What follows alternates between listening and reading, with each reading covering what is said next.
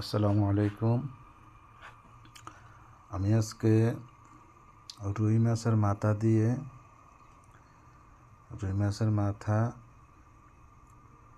এবং তার সাথে আছে পেঁয়াজ, কাঁচামরিচ, রসুন, টমেটো, ওইটা আমরা বাংলা ভাষায় বলি শসা, আরবিতে বলা হয় খেয়ার। তো ইনশাল্লাহ আমি আজকে রুই মাছের মাথা দিয়ে এগুলো রান্না করব। এটা আমার অনেক ফেভারিট খাবার। তো আপনারা সবার দাওয়াত রইল, আসেন। ভিডিওটা যদি ভালো লেগে থাকে সাবস্ক্রাইব করবেন।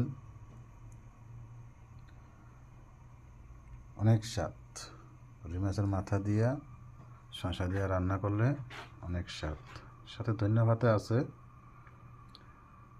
ওকে, আসসালামু আলাইকুম।